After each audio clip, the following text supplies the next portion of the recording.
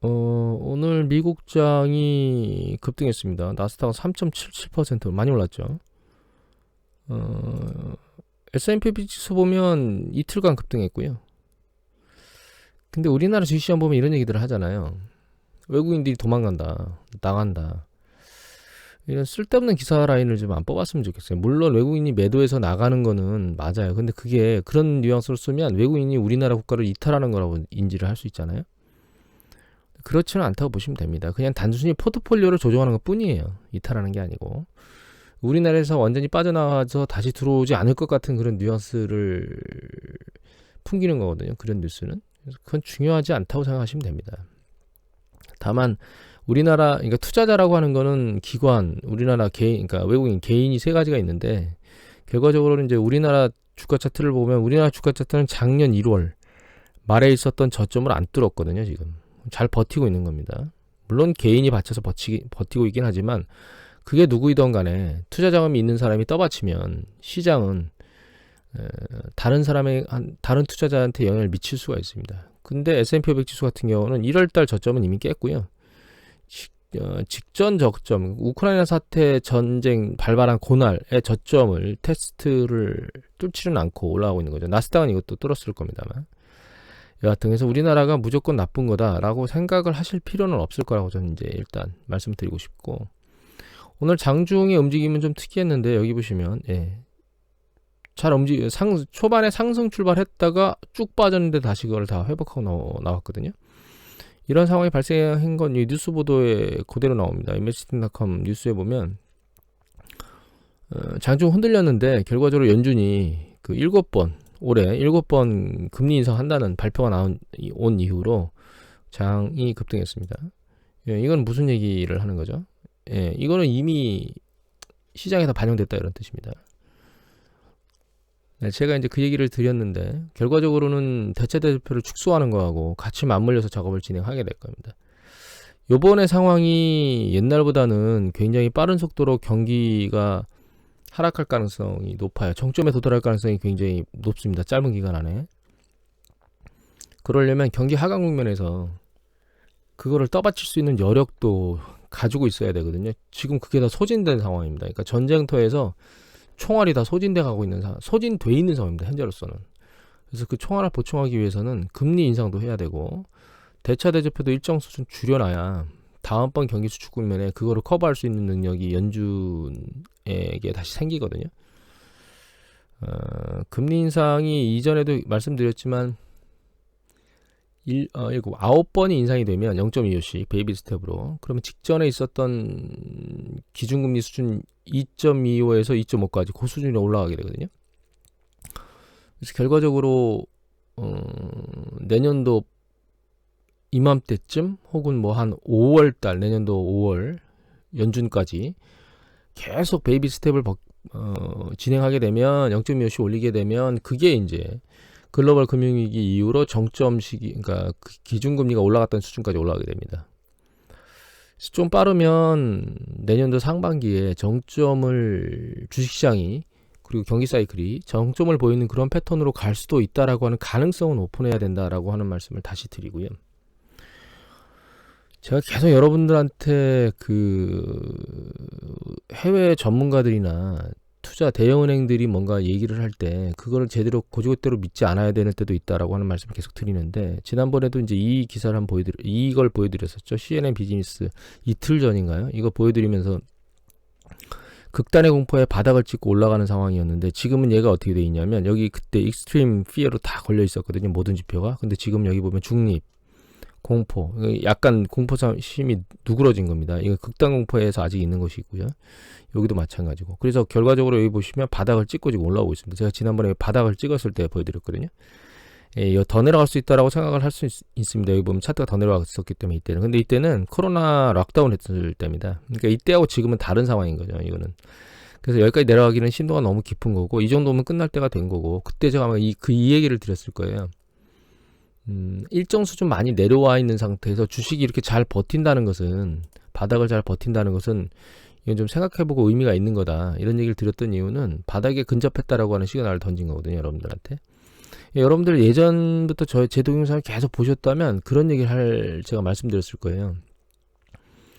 어떤 자산의 가격이 한쪽 방향으로 계속 강도 있게 올라가거나 내려가면 해외 유수의 투자은행의 전문가들이 그쪽 방향으로 계속 진행될 것이다라고 하는 보고서를 내는 케이스가 굉장히 많아요. 근데 그걸 고지고대로 믿었다가는 뒤통수를 맞는다는 걸 아셔야 됩니다. 이번 케이스도 똑같다고 보시면 돼요. 유가가 급등하다가 며칠 만에 급등하고 며칠 만에 정상으로 회복했죠. 지금도 하이퍼 인플레이션, 그러니까 계속적인 유가 급등이나 이런 것들을 얘기하는 전문가들이 존재하는데, 물론 그 가능성이 존재합니다. 근데 실제로 거꾸로 한번 되짚어 보면, 지금 만약 러시아하고 우크라이나에서 실제로 침공이 안 일어났다면 유가가 어떻게 됐을까요? 라고 하는 부분을 한번 되짚어 봐야 됩니다.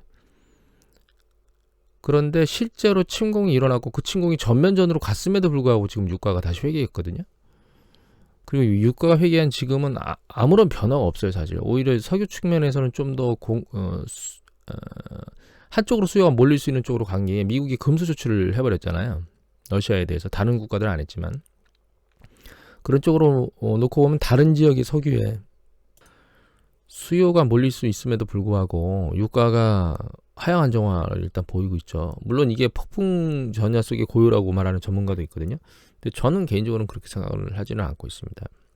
여하튼 얘기가 길어졌는데, 그래서 여러분들이 한쪽 방향으로 극단적으로 가격이 세차게 움직이고 있을 때 전문가들, 글로벌 IB 전문가들 연구 보고서가 100% 맞는다는 생각을 안 하셔야 됩니다.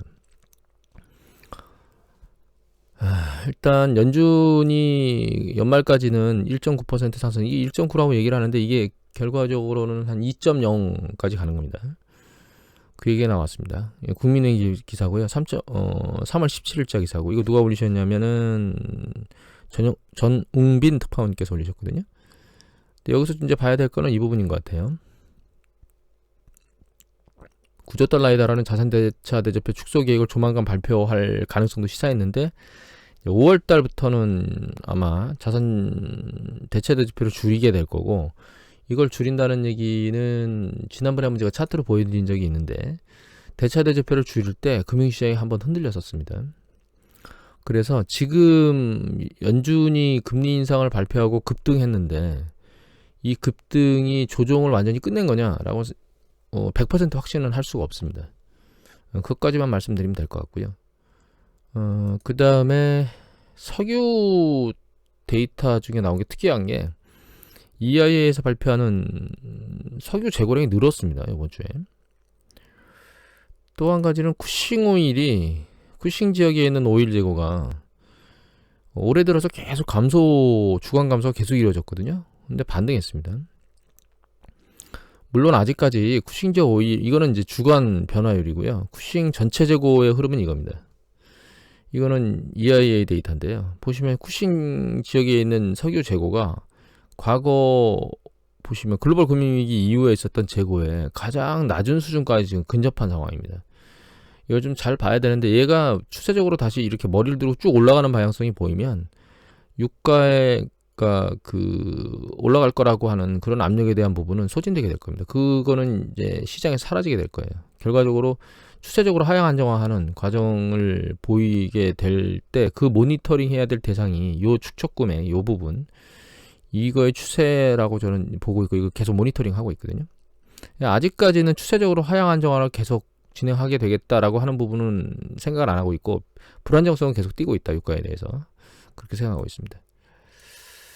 그리고 전쟁 자체는 지금 평화안을 논의하고 있다라고 계속 얘기를 하고 있어서 협상안이 타결이 되는 과정으로 가고 있는 게 아닌가라는 생각이 들기는 하고 있는데, 실제로 정확히 협상이 되겠느냐, 이것도 설왕설래가 많았죠. 뉴스에서 장기전으로 갈 것 같다, 막 이런 얘기들이 막 쏟아져 나오는데, 결과적으로 데이터를 취합해보면 제 생각에는 이제 전비 얘기도 얘기를 드렸고 여러 가지 얘기를 드렸는데, 최근에 나온 가장 따뜻한 뉴스는 총알과 포탄이 열흘 정도 집밖에 안 남았다. 그래서 어떤 전문가는 열흘만 버티면 우크라이나가 이긴다, 이런 얘기를 한 전문가가 있거든요. 그래서 결과적으로는 장기전으로 계속 가지는 못할 것 같고 협상은 타결될 것 같습니다. 시간이 금방 될지 아니면 질질 끌지는 상황을 판단할 수는 없는데, 일단 시장 자체는 우크라이나나 러시아 전쟁이 이제 마무리 단계로 가는 거 아니냐, 이런 쪽으로 몰리는 것 같습니다. 그래서 주식시장은 바닥을 형성하고 반등을 시도하고, 이미 그런 얘기는 제가 드렸죠. 협상이나 이런 것들이 제대로 진정한 상황을 보면 튀게 될 것이라는 얘기를 드렸는데 그대로 움직이고 있다고 보시면 됩니다. 한 가지, 러시아가 어떻게 될 거냐라고 하는 부분에 대해서 유튜브들이 얘기들을 하는 분도 있고, 어떤 정치학, 군사나 역사 전문가 분들 러시아 얘기들을 하는데, 제가 생각하는 부분은 이렇습니다. 여기 조선일보에 있는 기사 3월 17일자 기사고요. 여기 이인석 특파원께서 올리신 거거든요. 여기에 정답이 그대로 나와 있습니다. 러시아 어떻게 될 거냐. 여기 보시면 바이든 대통령은 동맹 파트너와 함께 우리는 푸틴이 허물어지는 경제에 계속 압박을 가하고 그를 국제문제에서 고립시킬 것이며 그게 우리 목표다. 이게 답이에요. 정확한 답입니다. 이게 향후에 러시아가 갈 길이라고 보시면 됩니다. 푸틴이 값을 치르게 하고 그의 입지를 약화시키는 동시에 전쟁과 협상 테이블에서 우크라이나 협력을 영향력을 강화시킨다고 그랬잖아요. 이거예요. 이거 밑에가. 세계는 우크라이나 지지와 푸틴이 매우 비싼 값을 치르게 한다는 투자에 단결했다라면 향후 며칠, 몇 주 더 많은 일을 하게 될 건데, 이런 상황은 푸틴의 경제에 손상을 주게 되고 시간이 갈수록 고통은 커져만 가게 할 것이다. 이게 주요 핵심입니다. 푸틴이 지금 현재 우크라이나 전쟁을 통해서 얻은 거는 우크라이나의 일부 영토일 뿐이겠지만 푸틴이 잃은 것은 상당히 많습니다. 1차적으로 대규모 군비가 일단 나갔고요. 그래서 일정 수준은 다시 군비 축적을 해야 될 거예요. 군사적인 어떤 일정 부분을 축적을 해야 될 것 같고, 그거보다 더 큰 손실은 나토가 정신 차리게 만들었다는 겁니다. 전쟁 위협이 굉장히 사라졌다고 인식한 유럽의 그 군사동맹인 나토가 사실 거의 뭐 흐지부지한 상황, 실제로 있나? 이렇게 느껴졌던 상황을 아주 똘똘 뭉치게 만든 게 지금 현재 푸틴이거든요. 근데 한 가지 더 나아가면 결과적으로는 서방은 지금 현재 서방 지역이 군사적이나 위험성으로 골치 아픈 머리를 이제 쥐어짜게 만드는 인물이 둘인데, 그게 푸틴하고 시진핑입니다. 이 둘이 동시에 존재하면 머리가 너무 아파요. 아시아 지역은 중국 때문에 방어에 신경을 써야 되고, 유럽은 러시아 푸틴 때문에 방어에 힘써야 되거든요. 그럼 두 지역 중에 두 사람 중에 한 명을 고사시켜야 되는데, 그게 가장 좋은 방법이죠. 적을 하나로 줄이는 게. 근데 시진핑은 고사시키기가 상당히 녹록지가 않습니다. 왜냐하면 경제 규모가 상당히 큰 데다가 글로벌 국제의 무역이나 혹은 경제에 미치는 영향이 굉장히 커요. 그래서 제재를 한다 하더라도 무한정 제재를 할 수가 없는 상황입니다. 사실은 같이 경제가 휘말려서 쓸려 내려가기 때문에. 근데 러시아는 그 정도의 영향력이 없거든요. 그런데 그렇게 할 수 있도록 지금 빌미를 줘버렸어요. 서방 국가에. 그러니까 서방 측면에서는 강제적으로 계속 압박을 해서 푸틴 정권이 붕괴되기를 원할 겁니다. 근데 우리 같아서는 우리 속마음으로 당장 푸틴을 암살했으면 좋겠죠. 근데 그런 것들은 일어날 수 없는 부분입니다. 현실적으로. 그러면 서방에서 가장 선택할 수 있는 좋은 방법은 사실은 내부적으로 들고 일어나도록 만들어 놓은 건데, 쿠데타도 용이하지는 않을 겁니다. 이미 푸틴 주변에 있는 정적들이 대부분 다 군 권력을 장악하고 있는 상황이기 때문에 쿠데타는 불가능하고요. 결과적으로는 국민을 쥐어짜는 게 핵심입니다.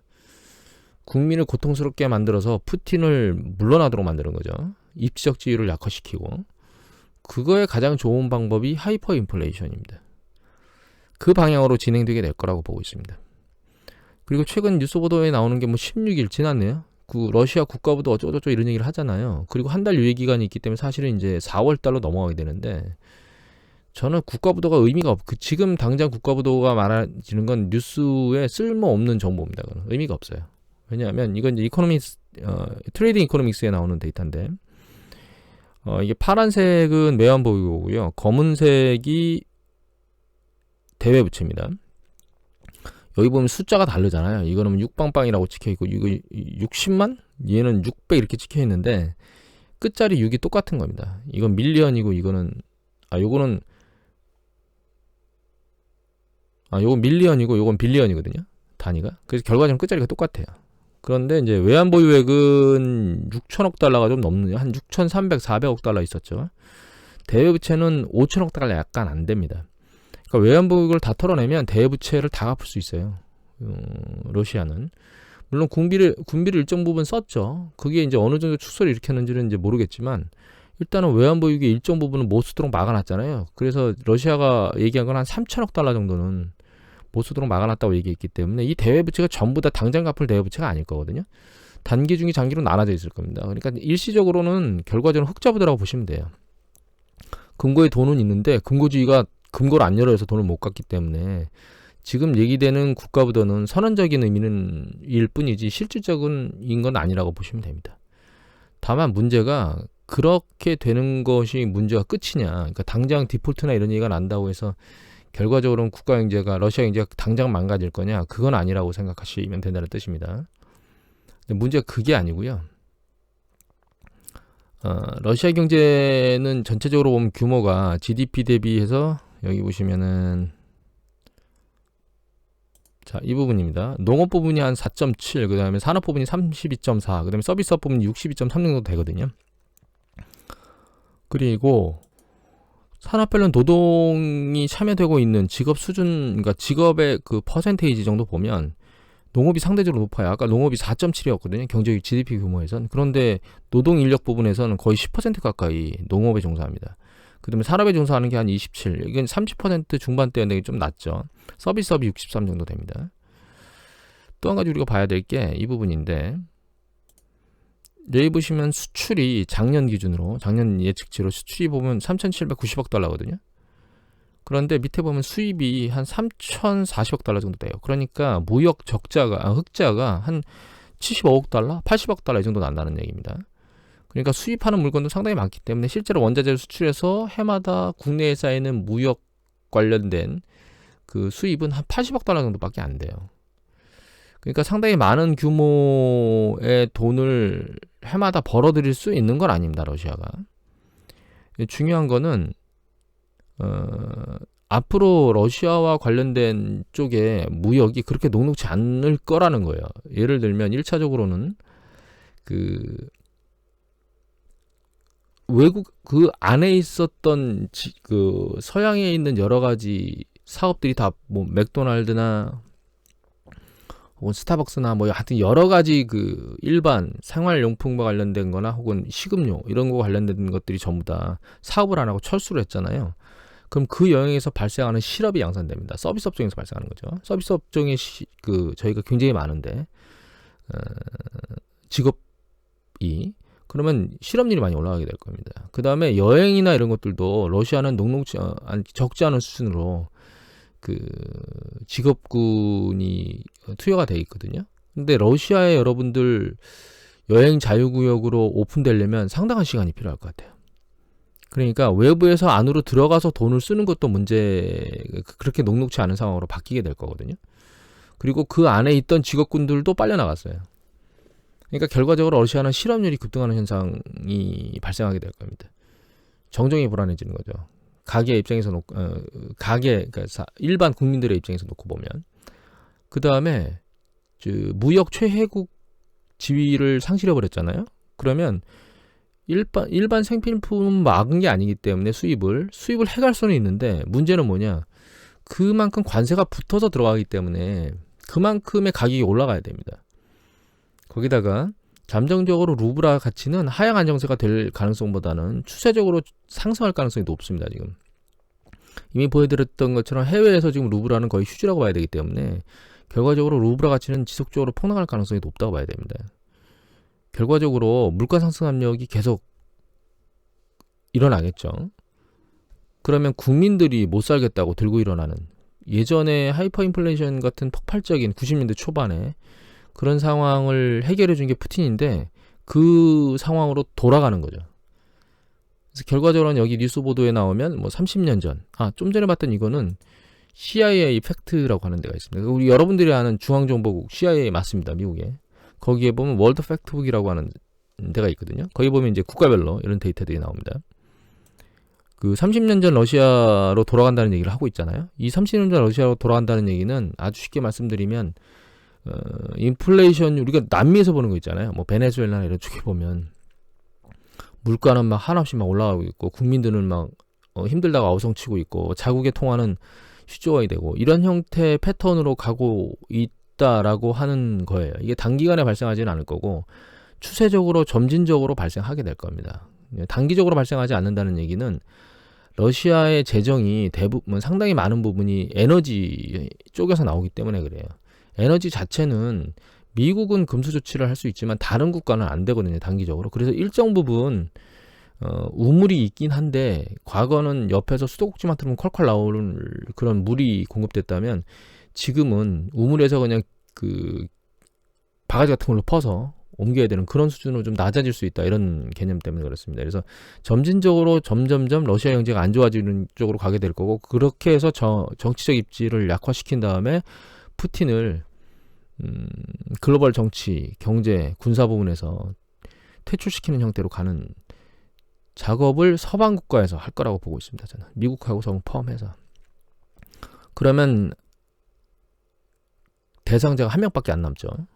예, 시진핑밖에 남지 않습니다. 그러면 혼자 남은 시진핑은 그만큼 힘을 내기가 녹록지 않을 겁니다. 이게 지금 서방 국가가 생각하고 있는 바라고 생각하고 있고 그거를 바이든 대통령이 명확히 말한 겁니다.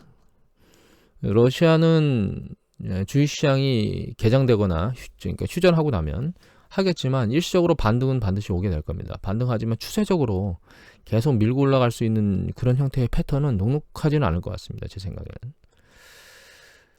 그리고 그런 서민들의 압박 이외에 여기 보면 올리가리 해가지고 그러니까 푸틴의 주변에 자금줄일 역할을 했던 사람들이 제재가 계속 가고 있고 이 제재는 쉽사리 풀어주지는 않을 것 같아요. 그럼 이것도 정치적 입지가 상당히 좀 어려운 부분에 압력을 가겠죠. 자금줄이 줄어드는 거니까. 또 한 가지는 고가품이나 이런 것들을 수입하지 못하도록 사치범 이런 걸 하고 있잖아요. 그러면 그 인플레이션 압력이 높아지면 서민층에서 압박을 받겠지만 상류층에서의 압박은 러시아에서는 그런 물건을 사서 쓸 수 없다라고 하는 쪽으로 가게 되면 그건 상류층을 압박하는 거거든요. 전방위 압박을 가하지 않을까 이런 생각을 하게 만드는 그런 제재들이나 패턴들을 서방 국가가 하고 있다 이렇게 생각하시면 될 것 같아요. 한 가지 제가 우려하는 거는 인플레이션 부분이 아직 끝나질 않았다는 거예요. 지금 이제 유가나 이런 것들은 사실 다시 회귀했습니다. 처음 상태로. 그런데 밑에 보시면 이제 곡물가가 급등했었거든요. 곡물가 보시면 한 달간에 30% 급등했는데 오늘 7%나 빠졌습니다. 그래서 이제 밀 같은 경우에도 내려오고 있기는 한데 문제는 유가 같은 경우에는 휴전 이후에 이란하고 핵 합의가 이루어지면 추가적으로 하향 안정화 될 가능성이 좀 더 높아진다 이렇게 보시면 될 것 같아요. 그리고 여기 보시면 이제 러시아가 자꾸 딴질 걸어가지고 핵 합의가 무산되는 것 같았는데 여기 보시면 이란 핵 합의, 우크라이나 사태하고 핵 합의는 무관하다 이런 얘기들이 나오면서 그리고 이란은 이미 석유뿐만 아니라 천연가스를 생산하려고 하는 그런 해외 그 기업들하고 협상을 하고 있다는 보도들도 나왔거든요. 그래서 이란은 어떤 형태로든 지금 제재를 벗어나서 핵 합의를 하려고 하고 있다라고 보시면 될 것 같아요. 그러니까 타진될 가능성이 높다 이렇게. 그리고 최근에 이라크에 있는 이스라엘 기지를 공격했음에도 그것에 대해서 미국이 신경을 안 쓰는 것 같거든요. 그래서 결과적으로는 핵 합의가 될 것 같고 러시아하고 우크라이나 간의 이 분쟁이 협상으로 돌입되게 되면 이란 핵 합의를 자꾸 막으려고 하는 러시아의 행보도 누그러질 수밖에 없다고 봅니다. 그러면 이란과 핵 합의가 타결되면서 유가는 일정 부분 정점을 친 게 아닌가라는 생각을 조심스럽게 하게 되고요. 그 다음에 이게 경향신문 기사거든요. 박은하 기자께서 올리셨고 3월 6일자입니다. 우크라이나 침공 전에 전 세계적인 식량위기가 임박했다 이런 얘기가 나오는데 제가 보고 싶은 데이터는 이 부분입니다. 여기 보시면 농민들이 전쟁터로 나가면서 밀파종 시기가 놓쳤다는 거예요.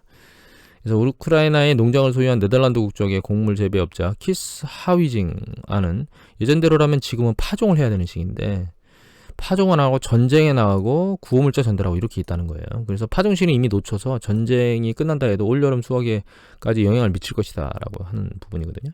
사실 저는 지난번에 파종 얘기 잠깐 드렸었는데 빨리 휴전이 진행돼서 파종이 일어나면 그나마 상대적으로 덜 영향을 미칠 것이다 이런 생각을 하고 있습니다 사실. 그리고 여기 보시면 이제 옥수수하고 보리, 밀, 해바라기 이런 것들이 러시아가 우크라이나가 전 세계의 시장 점유율을 보여주는 거거든요. 예, 이 기사는 약간 부분적인 것만 해석해 놓은 겁니다. 다른 걸 보면 이게 IFPRI 얘랑 기사인데요. 이건 2월 22일자 기사입니다. 시간이 지난 거죠. 여기 밑에 보시면 이 데이터를 여기서 해석해 놓은 거예요. 여기 각각 제 투자 비중. 근데 이 부분이 뭐 중요하다, 많다 이런 것들을 넘어서서 전체 투자 비중 넘어서서 밑에 내려가 보면 이게 천연가스 비용이 상당히, 이건 유럽이고 이건 미국이거든요. 유럽 같은 경우는 상당히 많이 올랐는데 이 천연가스 같은 경우는 질소 비료하고 관련이 있습니다. 그런데 이게 전 세계에서 러시아하고 벨라루스의 질소 비료를 갖다가 쓰는 그런 국가들의 비중이거든요. 상당히 많아요.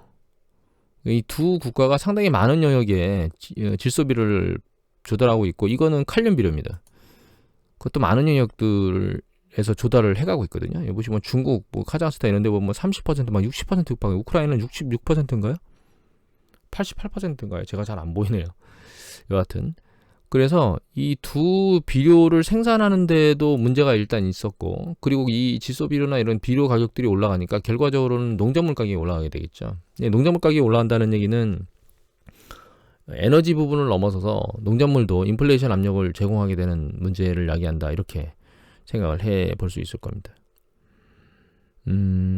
러시아의 앞날은 제가 말씀드린 것처럼 흘러갈 것이다 저는 생각을 하고 있고, 그러면 도대체 글로벌 경제는 어떻게 될 거냐.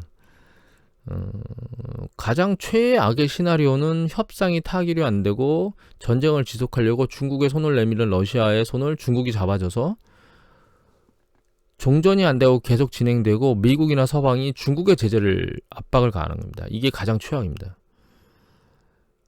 가장 최선은 뭐냐? 러시아하고 우크라이나 협상이 빨리 이루어지고 빠른 시기에 파종이 만들어지며, 그래서 일단 농산물에 대한 에너지 압력은 좀 수그러들고 이란의 핵 합의가 타결되면서 에너지 부분에 대한 부분도 잠잠해지면서 인플레이션 압력이 생각보다는 낮아지고, 그 상황에서 연준이 기준금리를 계속 올리면서 따라가고 있는데 향후 하반기로 가면 갈수록 물가 상승률이 뚝뚝 떨어지는 게 일단 가시적으로 잘 보이면 연준이 금리 인상 속도를 상대적으로 늦출 수 있다. 대차대표 줄이는 것도 늦출 수 있다. 그것이 주식시장의 긍정적인 반응을 보이면서 경기의 정점에 도달하는 시기가 늦어지는 것, 이게 가장 긍정적인 시그널입니다. 가장 중립적인 시그널은 제가 생각하는 건 올해 내내 인플레이션 압력을 계속 시달리면서 그거에 대해서 그 부분은 감안하고 간다. 그냥 그걸 안고 경기에는 확정 국면으로 가는데, 그 중간중간에 기준금리 인상은 속도대로 따라가고, 결과적으로 그 여름께가 되면서 오미크론이나 이런 것들이 문제가 엔데믹으로 넘어가서 경제는 잘 돌고 있는데, 그런 과정 중에서 연준이 기준금리뿐만 아니라 그 대차대조포를 줄이는 이런 것들이 맞물려서 움직이면서 경제는 일정 수준 떠받쳐 주는데 주식은 상대적으로 올라가다가 강한 탄력을 보이지는 못하고, 올라가다가 일부씩 조정을 받으면서 조금씩 계단식으로 올라가는 이런 패턴을 보이다가 빠르면 내년도 이맘때쯤 정점의 시그널을 만들고, 그 다음에 내년도 한 중반 여름 가기 전에 봄 시점에 추세가 정점을 만들고, 그 다음에 이제 경기 수축 구면을 조금씩 내려간다. 이런 시그널이 중간 시그널 정도 된다고 생각하시면 될 것 같아요.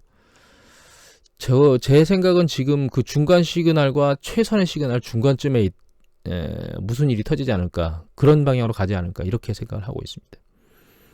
그래서 빠르면 주식 정점이 내년 상반기 이맘때쯤 이 정점이지 않을까. 늦으면 내년 여름 지나서 내년 가을 겨울께 주식의 정점을 만들지 않을까. 그래서 늦게 내년 가을 겨울께 정점을 만들면 전고점을 돌파해서 올라가 있을 것 같고, 만약에 빠르게 전고점을 내년 초반쯤에 만들면 전고점 가는 수준에서 끝나지 않을까, 이렇게 생각을 가지고 있다는 게 제가 최종적으로 말씀드릴 수 있는 부분입니다. 이 부분은 우크라이나 전쟁이 터지기 전이나 후나 지금 바뀐 게 없습니다.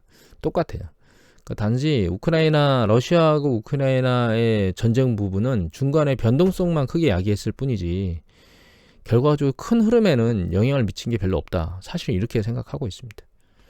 오늘 얘기가 구구절절 좀 길어졌는데 이것으로 마치도록 하겠습니다.